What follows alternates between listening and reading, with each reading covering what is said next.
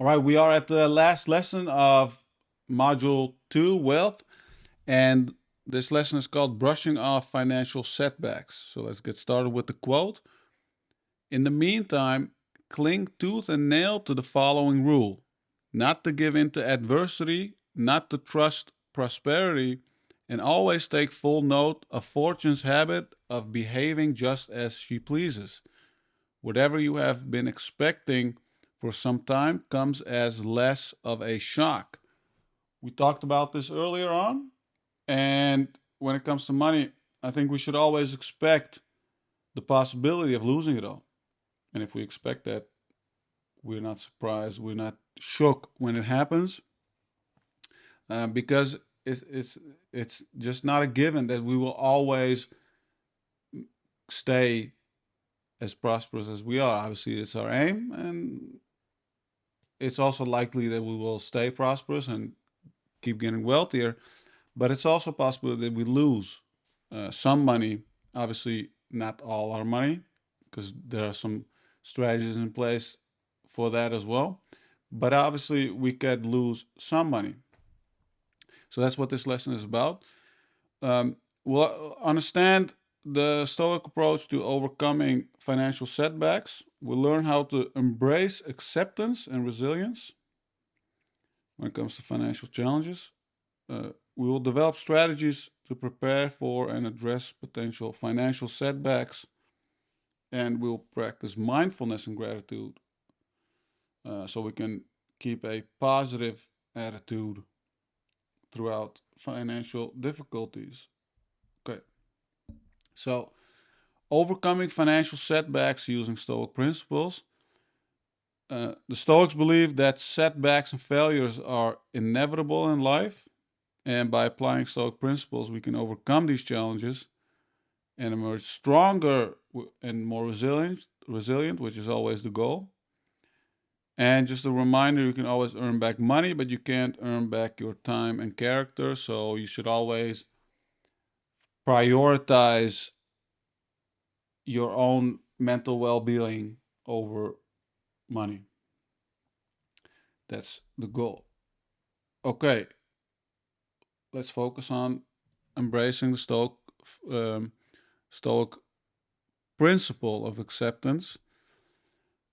So acceptance when it comes to financial setbacks is really just about being very radical about anything that happens to you when it comes to financial setbacks, and particularly recognizing that financial setbacks are inevitable, and again they offer opportunities for growth and learning. And by accepting these setbacks with grace and resilience, you will stay positive, and that will help you to maintain your financial and emotional stability. So I have an exercise, and I want to spend the majority of the time of this lesson talking to you about this exercise, because when it came to in module 1, I already talked about the you know negative visualization. Now I want to dig a little bit deeper into creating a plan, and this comes out directly from negative visualization.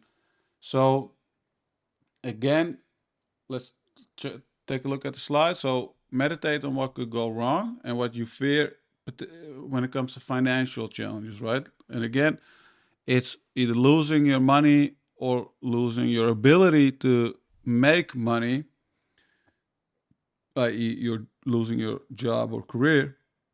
And now, this is really the most important thing. Start writing what I call a financial comeback plan. So, this might include creating an emergency fund, diversifying your investments, starting a side business, or learning new skills. So, it's a combination of things that you will start doing immediately, like creating an emergency fund if you don't have one, which is 6 months worth of expenses that you put in your savings account and you don't touch. Investing in stocks if you for example, own real estate. And if you own real estate or if you own stocks, consider investing in real estate, um, or just allocating your money to the S&P 500 index fund, which is what I do, which is already a very diversified portfolio of 500 companies across 11 industries in the US and who are also active globally, which is actually the strategy that I recommend in my book, The Stoic Path to Wealth. So those are the things that you do start doing instantly, can be part of your financial comeback plan.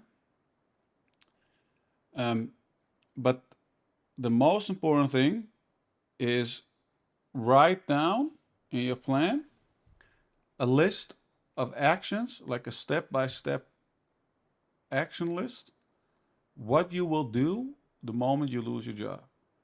And honestly, this thing has helped me so much. Like I said earlier, like in the first several years after I got out of college, I always was fearing like, oh, what if I lose my job? What if I get fired? What if my business doesn't take off? What if I lose my business? Like all of these things, right?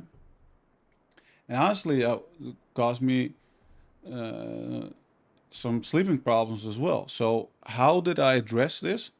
What I did was I created the financial comeback plan, and I had a step-by-step program. And I'm not going to share the program again because I want to challenge you to create one for yourself. Honestly, trust me, it's much better if someone gives you a plan. You can take it and put it in your notes, but it's not as helpful as creating one yourself. So what it means is this: sit down, create a step by step. Think about, I lost my job. What I'm going to do now? What's the first thing that you are going to do? And I'll give you a few hints, okay? And I'll talk about some of the things that I did, but I won't give away everything because I still want to challenge you to make your own plan. Number one, what I did was um, make take stock of my skills. What are some income generating skills that I have? Okay, just for me to, as a reminder that I have value to offer. Copywriting, uh, marketing, sales, um, negotiation. I wrote down a couple of things that I'm good at and I've learned. Number two, call every single person that I know who has a company or who's a manager or a CEO or has the ability to offer work. So I wrote down names, real names of people I know that I could call and say, "Do you have work?" Wrote down less. So at that point, I was like, "Oh wow, there's quite some names I have here on the list." I'm pretty sure that one of those people could point me at least in the right direction. And honestly, it was a big, big relief for me that when I started doing this, because we all have a network, and if we don't have a network, start working on it right now. That should be on your plan. Um, some people that we can call and say, "Look, hey," and being vulnerable. Look, I need work. I need job. I need a job. What do you have? Instead of just posting it on social media, sometimes it works. A lot of people do it. I prefer personal contact. Now, the rest of the plan you can just work out yourself. Be like some hints. Think of resumes, maybe even create one, and some other things that you could do that increase your odds of getting work. And honestly, like someone recently emailed me, said, "Yeah, I am, I think, um, 68 or 69, and I'm retired, but um, as a side gig, I walk dogs because I love dogs and I love nature. So I do that a few times a week. Great. You know, could be part of your plan too. Have some form of side hustle, right? So that was also part of my plan. Number one, try to get another job. Number two, some freelancing, side hustle, those type of things. So when you incorporate these elements in your financial comeback plan, you look at it and you have a step-by-step list of what to do, right? And honestly, the moment you start creating it, you'll feel better. The next time you feel financially insecure, you're not, you don't like, oh, you start worrying.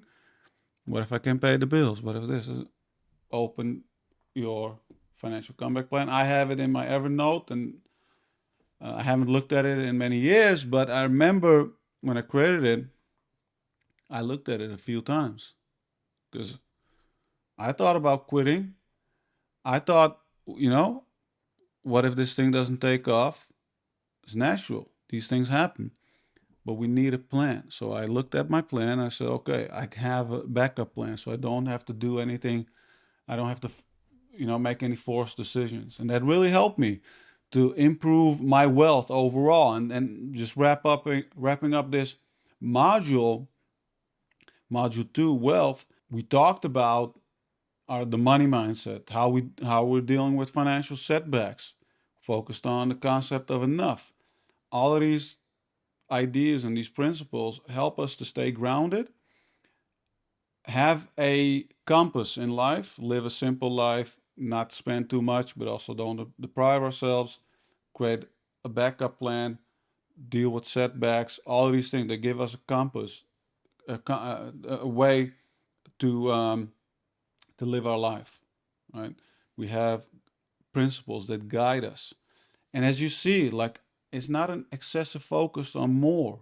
Like, oh, I need to make more money. Oh, join this course, read this book.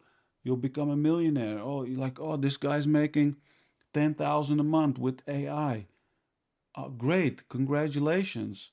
Those things are not as important as having these money principles, because I guarantee you, if you, let's say, like, a lot of things are, you also have to be lucky, right? In business, let's say you are lucky, you start a business, you make 100,000 a month.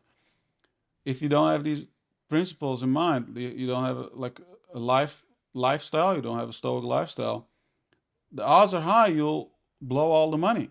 And then what are you going to do, right? So I prefer to have a stoic lifestyle. It's consistent and gradually helps me improve over being lucky and not knowing what to do. So I hope that you enjoyed these financial principles. Before, in module one, we talked about how we can optimize our health by living according to Stoic principles. Now we talked about how we can do the same when it comes to our wealth. Module three, the final module, will talk about how we can use those principles to improve our overall happiness in life. So if you're ready, let's move on to the last module.